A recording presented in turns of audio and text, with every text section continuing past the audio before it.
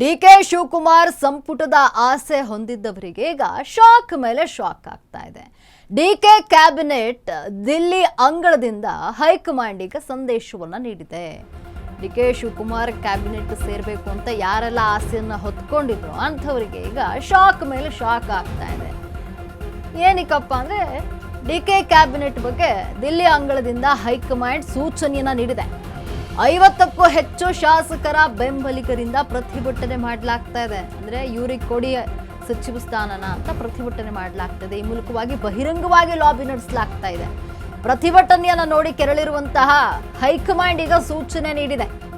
ಅಧಿಕಾರಕ್ಕಾಗಿ ಪ್ರತಿಭಟನೆ ಮಾಡ್ತಿದ್ದಾರೆ, ಅದಕ್ಕೆ ಕ್ಯಾರೆ ಅನ್ನಬೇಡಿ. ಸಂಪುಟ ವಿಸ್ತರಣೆಯಲ್ಲಿ ವರಿಷ್ಠರ ನಿರ್ಧಾರವೇ ಅಂತಿಮ. ವರಿಷ್ಠರು ಏನ್ ನಿರ್ಧಾರ ತೆಗೆದುಕೊಳ್ತಾರೆ ಅದೇ ಫೈನಲ್. ದೆಹಲಿಯಿಂದ ಸಿಎಂ ಡಿಕೆ ಶಿವಕುಮಾರ್ಗೆ ಈಗ ವಿಶೇಷ ಸೂಚನೆ ಬಂದಿರುವಂಥದ್ದು. ಆ ಸೂಚನೆಯನ್ನ ಕಂಡು ಆಕಾಂಕ್ಷಿಗಳು ಕಂಗಾಲಾಗಿದ್ದಾರೆ. ಡಿಕೆ ಶಿವಕುಮಾರ್ ಕ್ಯಾಬಿನೆಟ್ ಸೇರಬೇಕು ಅಂತ ಯಾರೆಲ್ಲ ಶಾಸಕರು ಕಸರತ್ತು ನಡೆಸ್ತಾ ಇದ್ರು, ಆಸೆಯನ್ನ ಹೊಂದಿದ್ರು ಅಂಥವರಿಗೆ ಈಗ ಶಾಕ್ ಮೇಲೆ ಶಾಕ್ ಆಗ್ತಾ ಇದೆ. ಯಾಕಂದ್ರೆ ಡಿಕೆ ಶಿವಕುಮಾರ್ ಕ್ಯಾಬಿನೆಟ್ಗೆ ಈಗ ದಿಲ್ಲಿ ಅಂಗಳದಿಂದ ಹೈಕಮಾಂಡ್ ಸೂಚನೆ ನೀಡಿದೆ.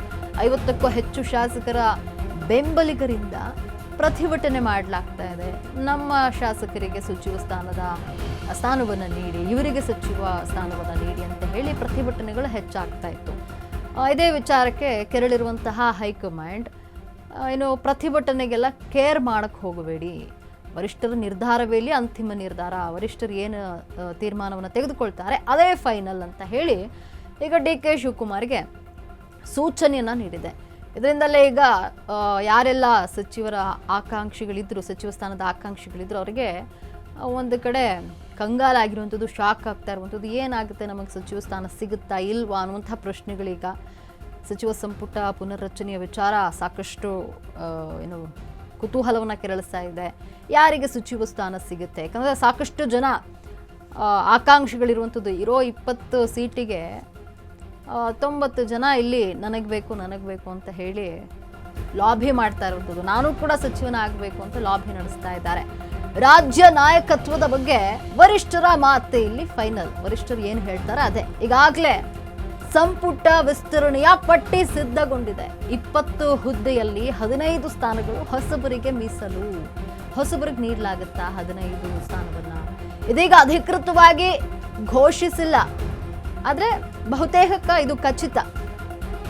ಆದರೆ ಬುತ್ತಿಯಲ್ಲಿ ಯಾರ್ಯಾರಿದ್ದಾರೆ ಎಂಬುದೇ ರಹಸ್ಯ. ರಾಹುಲ್ ಗಾಂಧಿ ಅನುಮೋದನೆಯ ಬಳಿಕ ಪಟ್ಟಿ ರಿಲೀಸ್ ಮಾಡಲಾಗುತ್ತೆ.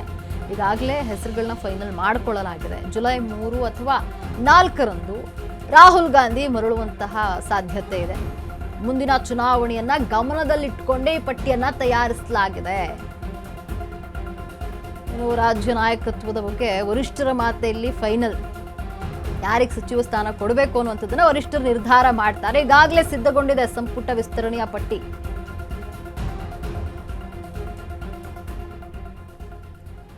ಹಿರಿಯ ಶಾಸಕರು ಲಾಬಿ ಮಾಡ್ತಾ ಇರುವಂಥದ್ದು ಯಾರ್ಯಾರು ಅಂತ ನೋಡೋದಾದ್ರೆ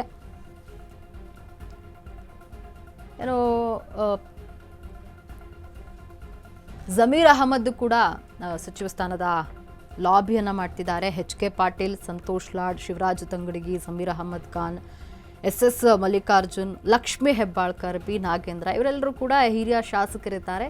ಇವರಿಂದ ಲಾಬಿ ಮಾಡಲಾಗ್ತಾ ಇರುವಂಥದ್ದು.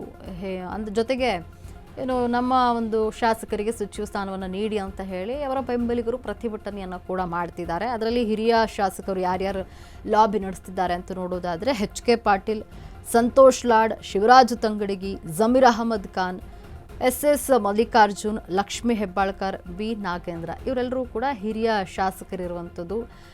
ಇವರೆಲ್ಲರಿಗೂ ಕೂಡ ಸಚಿವ ಸ್ಥಾನವನ್ನು ನೀಡಬೇಕು ಅಂತ ಹೇಳಿ ಒಂದಷ್ಟು ಜನ ಒಂದಷ್ಟು ಗುಂಪುಗಳು ಪ್ರತಿಭಟನೆ ಮಾಡ್ತಾ ಇದ್ವು, ಬೆಂಬಲಿಗರು.